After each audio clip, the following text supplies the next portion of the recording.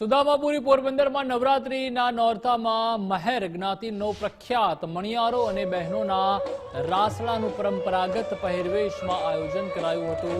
10 થી 12,000 ભાઈઓ અને બહેનો એક સાથે એક જ ગ્રાઉન્ડમાં મણિયારો અને રાસડાની રમઝટ બોલાવી હતી। એક મહિલા પોતાના શરીરે 20 તોલા સોનાના દાગીના પહેરી પરંપરાગત રાસડા રમી માતાજીની આરાધના કરે છે। પોરબંદર ચોપાટી મેળા ગ્રાઉન્ડમાં દર વર્ષની જેમ આ વર્ષે પણ મહેર સમાજ દ્વારા નવરાત્રી રાસોત્સવનું આયોજન કરાયું છે, જેમાં ભાઈઓએ મણિયારો રાસ રમી અને બહેનોએ રાસડા રમી માતાજીની આરાધના કરી।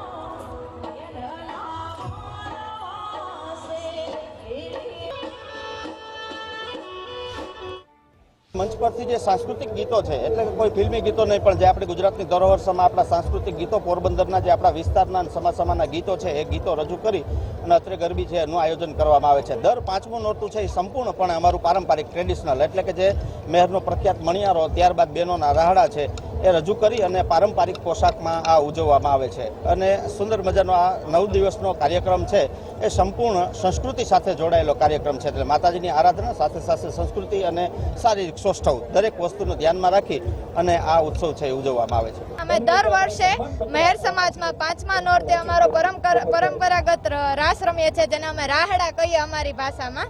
એમાં અમે અમારો પહેરવેશ જ પહેરીએ। અમે જો મેરીડ હોય તો ઢારવો પહેરે, ઝીણકી દીકરીઓ હોય એ ઘાહિયું પહેરે, પછી આ અમારું ઝૂમણું હે, ઝૂમણું પહેરીએ, કાઠલી પહેરીએ, આ અમારા વેટલા।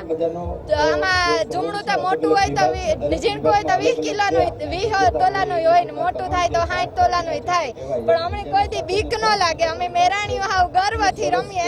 ગામો ગામ દેશો દેશ જ્યાં રહેતા હોય બધા ભેગા સમૂહમાં ગરબી કરે, પછી માના ગરબા રમે। અને પછી ગરબા પણ કેવા કે જે આપણા પુરાણી જે પહેલા રમતા હતા, કે જે રાહડા રમે, કે જે બહેનો પોતાના મેરના કનેક્ટર ડ્રેસમાં પહેરી અને હાથ તાળીથી રાસ રમે, અને આજે બહેનોએ સરસ પોતાની મોઢે જ જે ગરબા ગવરાવ્યા, તો કેટલું સરસ લાગે। નકર પહેલા અત્યારે એવો જમાનો આવી ગયો કે ટેપ ઉપર રેકોર્ડિંગ ઉપર બોલે, પણ જે બાઈઓ બોલાવતી હોય અને બહેનો ઝીલતી જાતી હોય, જે રાહડા રમતી હોય ને, એ તો એક જનુની ઝલક હોય।